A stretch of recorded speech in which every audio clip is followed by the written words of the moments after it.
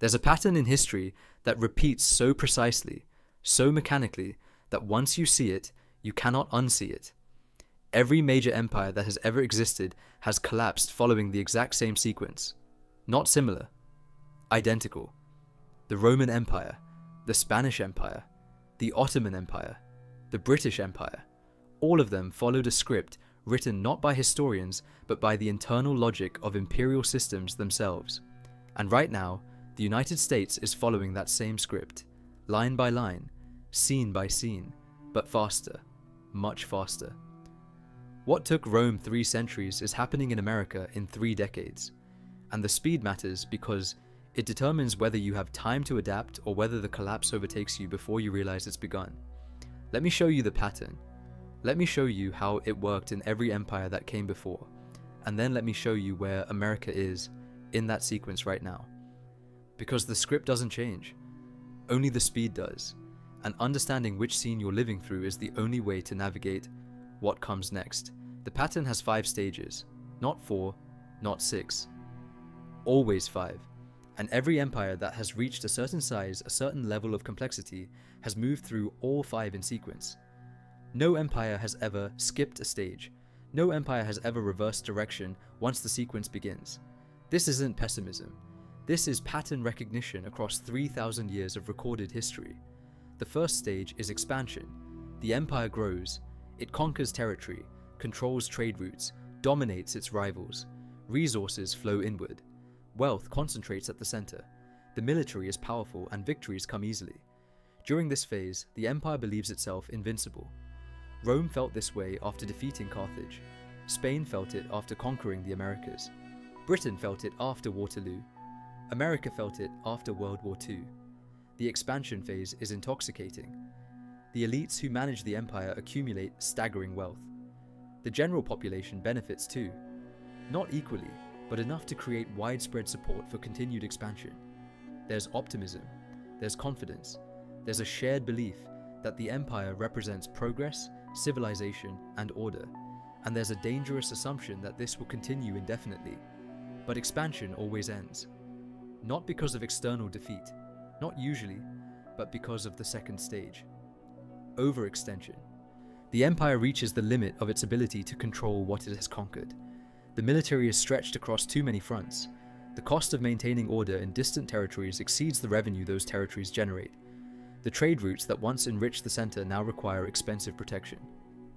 And the administrative machinery needed to govern such vast complexity becomes bloated, slow, and corrupt. Rome hit this stage in the 2nd century. Spain hit it in the 1600s.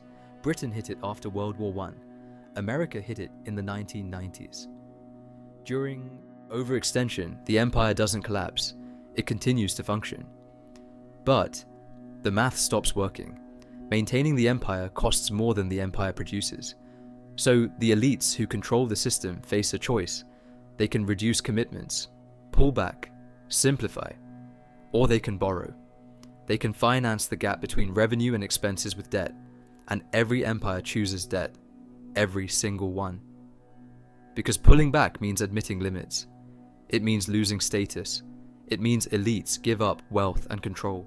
So instead they borrow. They tell themselves the debt is temporary. They tell themselves growth will return. They tell themselves they can manage it. And for a while, they can. Because the empire's past strength gives it credit. Lenders believe in the empire's ability to repay. So the borrowing continues. And this begins the 3rd stage. The 3rd stage is fiscal crisis.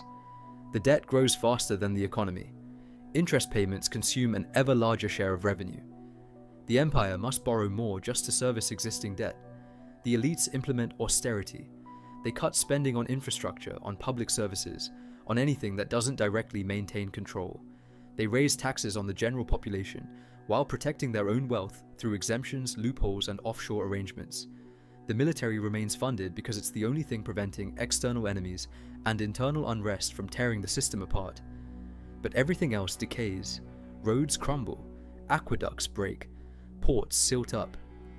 The systems that made the empire powerful in the first place are no longer maintained, and the population begins to lose faith. Not in themselves, in the elites, in the imperial project itself. Rome entered fiscal crisis in the 3rd century, Spain in the 1600s after multiple sovereign defaults, Britain in the 1920s and 30s after the cost of World War I made its debt unsustainable. And America entered fiscal crisis in the 2000s.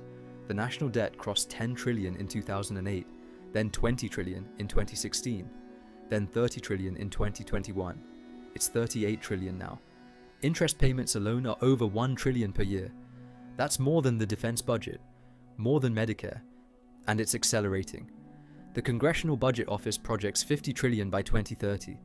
This isn't a crisis that might happen. This is a crisis that is happening, and the response is identical to every previous empire.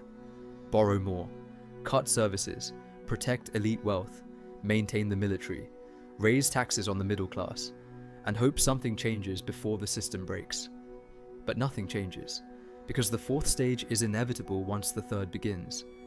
The 4th stage is internal fracture. The population fragments, regional tensions increase. Ethnic and cultural groups that once cooperated under the imperial system begin to see themselves as competitors for shrinking resources. The elites fracture too. Different factions fight for control of the decaying system. Some push for reform, others push for greater extraction, others begin moving their wealth out of the empire entirely, preparing for collapse. Trust disintegrates. Not trust between citizens and government, that's gone already. Trust between institutions, between regions, between the military and civilian authority, between generations. Rome's internal fracture began in the 3rd century and accelerated through the 4th. The empire split into multiple competing entities. Generals declared themselves emperor and fought civil wars while barbarian tribes invaded the frontiers. Spain fractured in the 1700s as regional governments refused to send revenue to Madrid, and local elites began acting independently. Britain's fracture was slower but unmistakable. The independence movements in India, Africa, and the Middle East weren't just anti-colonial. They were responses to Britain's inability to maintain order or provide value. The empire couldn't hold itself together because it couldn't afford to. And the regions left. America's internal fracture is visible now. Not in the way most people describe it. Not just red states versus blue states. Deeper than that. It's the loss of a shared story. It's the breakdown of national institutions that once commanded universal respect. The Supreme Court, Congress, the presidency, the media, universities, corporations, all of them have lost legitimacy in the eyes of large portions of the population. And it's the geographic sorting. People are moving to regions that align with their values because they no longer believe the national system represents them. This isn't polarization. Polarization assumes two sides still arguing within a shared framework. This is fragmentation. The framework itself is breaking, and fragmentation leads directly to the 5th stage. The 5th stage is collapse. Not sudden, not dramatic, not the way movies portray it. Collapse is a process, not an event. It's the slow degradation of systems until they no longer function. The empire doesn't disappear, it becomes something else. Something smaller, weaker, less complex. In Rome, collapse meant the Western Empire ceased to exist as a political entity by 476, but the process took 2 centuries. Infrastructure decayed, cities shrank, trade networks dissolved, the population declined, literacy dropped, central authority vanished and was replaced by local warlords.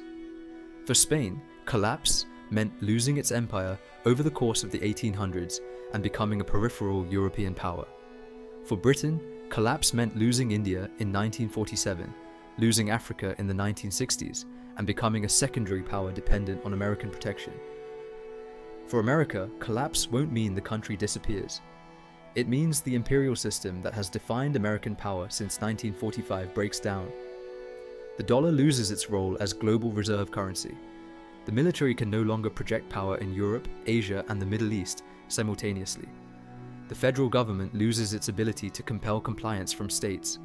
The systems that provided prosperity, infrastructure, education, healthcare, legal order degrade to the point where they're unreliable or inaccessible for large portions of the population, and something new begins to form in the wreckage. Not necessarily worse, not necessarily better, but different. Smaller, more fragmented, less powerful. This is the 5-stage pattern: expansion, overextension, fiscal crisis, internal fracture, collapse, and it has repeated in every major empire across 3,000 years. But here's what makes the American case different. Not unique, but different. The speed. Rome took 3 centuries to move from the height of its power under the Antonine emperors to the fall of the Western Empire. Spain took 2 centuries from the peak under Philip II to irrelevance in the 1800s.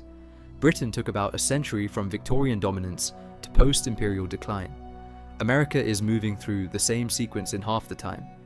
From the unipolar moment of the 1990s to the fiscal and internal crises of the 2020s is only 30 years. And the acceleration is increasing. Why the speed? 3 reasons. The first is complexity. Modern economies and governments are vastly more complex than anything Rome or Spain managed.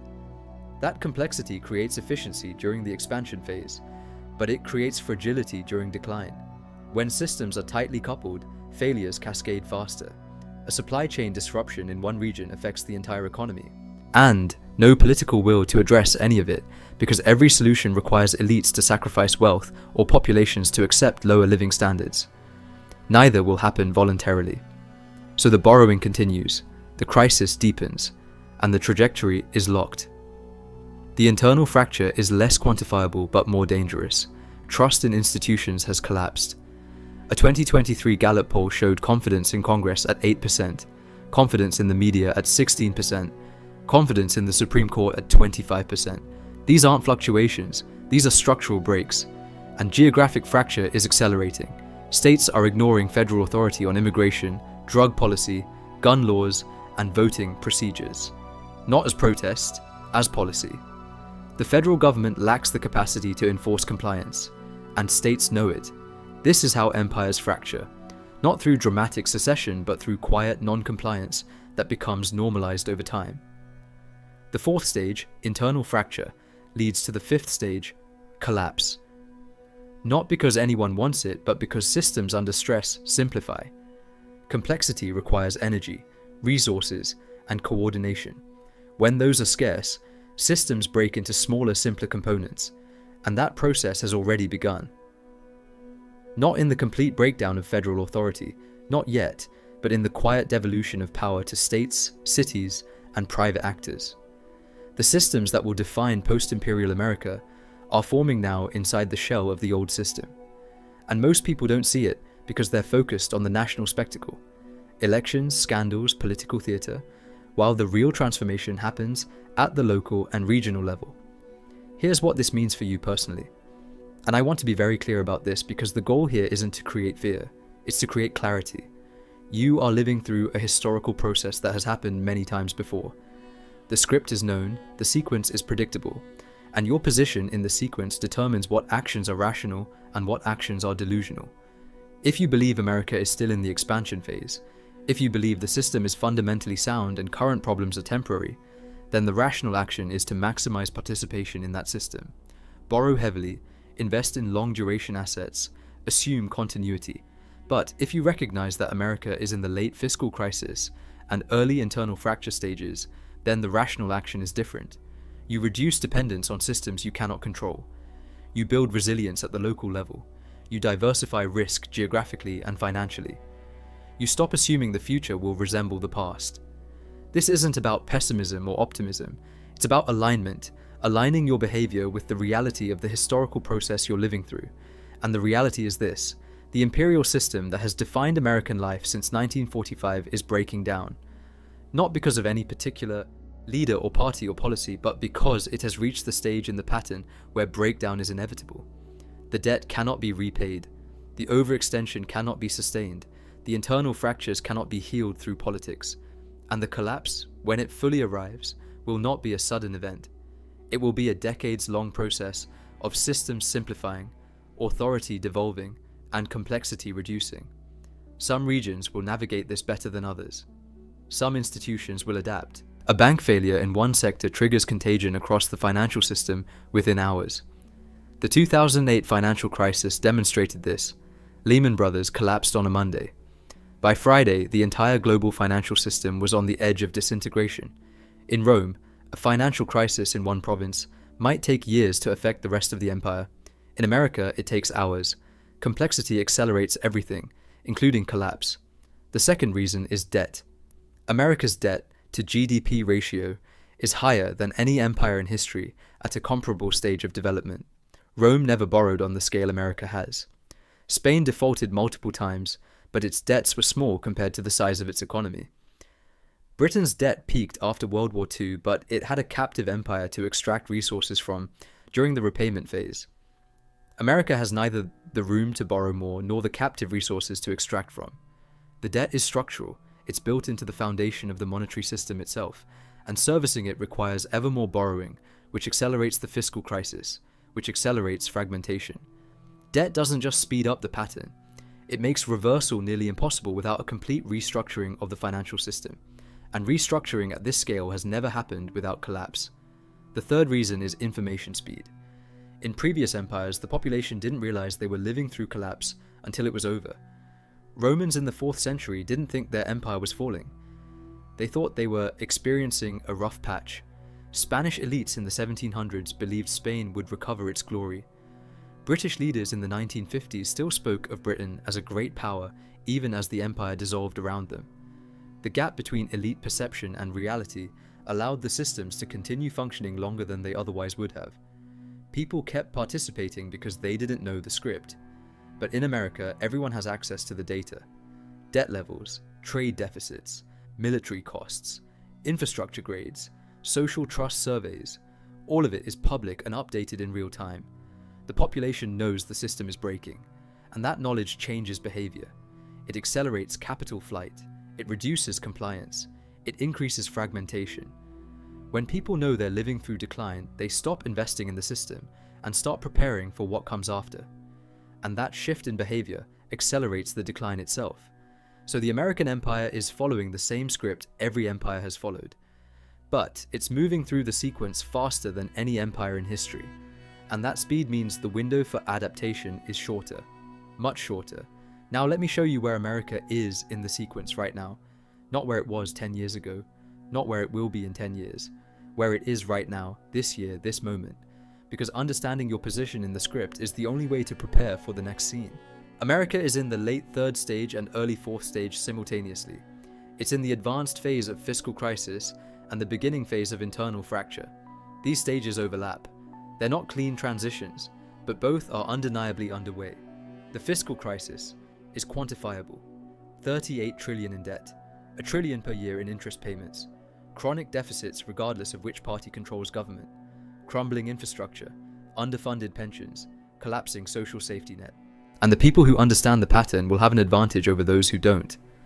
Let me show you something else, something that doesn't fit neatly into the 5-stage model but shows up in every case. During the late 3rd and 4th stages, as fiscal crisis deepens and internal fracture begins, elites always do the same thing.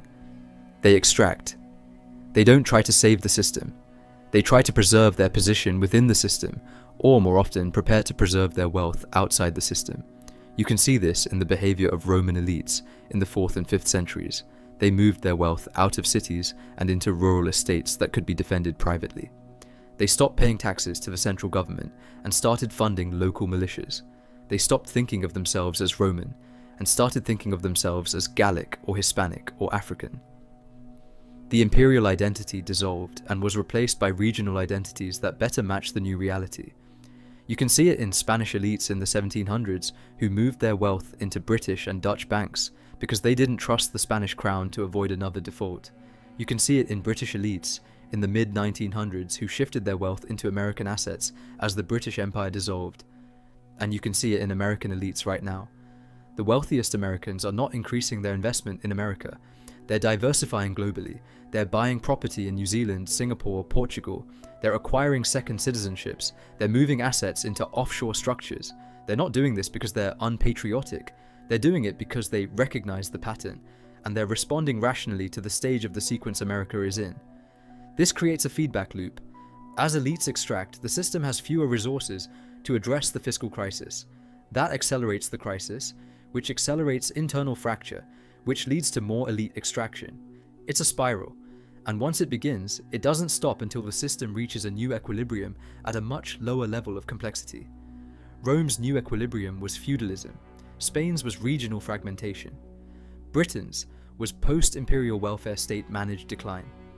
America's new equilibrium hasn't fully formed yet, but you can see its outlines: stronger state and regional governments, weaker federal authority, private provision of services that were once public, greater inequality, less mobility, and a population that identifies more with local and cultural groups than with a national project.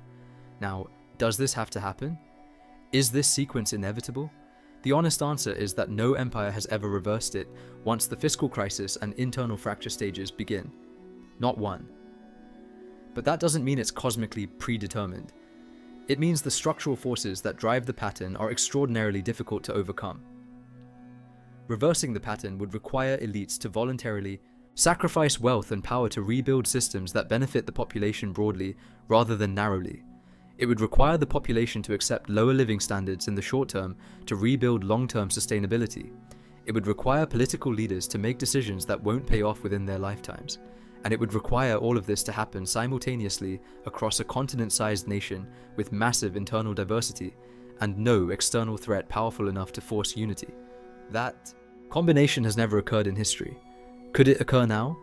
Perhaps. But betting on it would require ignoring 3,000 years of evidence. The more useful question isn't whether the pattern can be stopped, it's whether you can navigate it. And the answer to that question is yes.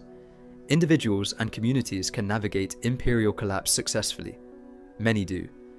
The people who navigate it best are the ones who recognize the pattern early, who stop depending on systems that are breaking, and who build resilience at a scale they can control. That doesn't mean retreating from society. It means engaging differently. It means building local networks, acquiring practical skills, reducing debt, and maintaining flexibility. It means understanding that the national story is fragmenting and the regional and local stories are where stability will be found. Here's the final thing I want you to understand. The pattern I've shown you, the 5-stage sequence that every major empire has followed, isn't a moral judgment. It's not a claim that empires are bad or that collapse is good. It's a description of how complex systems behave under specific conditions. Empires grow because they solve coordination problems at scale. They overextend because the incentives that drive expansion don't automatically stop when limits are reached. They enter fiscal crisis because debt is always easier than discipline. They fracture internally because the benefits of empire are distributed unequally and the costs eventually exceed the benefits for large portions of the population. And they collapse because complexity cannot be maintained without resources, and those resources eventually run out. This sequence isn't unique to empires. It's how all complex systems behave when they grow beyond their sustainable limits. The reason this matters now, the reason you should understand this pattern, is that you are living through it. Not reading about it in a history book, living through it in real time. And the decisions you make, where you live, what skills you develop, how you structure your finances, what communities you invest in, all of those decisions have very different outcomes depending on whether you understand the stage of the sequence you're in or whether you assume continuity. The people who assumed continuity in Rome in the 4th century, in Spain in the 1600s, in Britain in the 1940s, those people were caught by surprise when the systems they depended on stopped functioning. The people who recognized the pattern early had time to adapt, not to stop the collapse, but to navigate it. America is following the same script, the same pattern, the same sequence, not because Americans are uniquely flawed or because the system is uniquely corrupt, but because the internal logic of imperial systems drives this outcome regardless of the intentions of the people within them. The speed is faster, the complexity is greater, the debt is larger, but the sequence is identical. And understanding that gives you something rare and valuable. It gives you a map. Not a map that shows you how to stop what's coming, but a map that shows you where you are, what comes next, and how others have navigated similar transitions in the past. If this clarified something for you, if you see the pattern now in a way you didn't before, then you're beginning to develop the most important skill for the next 20 years. Pattern recognition. The ability to see through the noise and understand the structural forces that actually shape outcomes. Subscribe if you want to continue tracking these patterns as they unfold. Because the script doesn't change, only the speed does. And knowing which scene you're in is the only advantage you can have when the sequence is already written.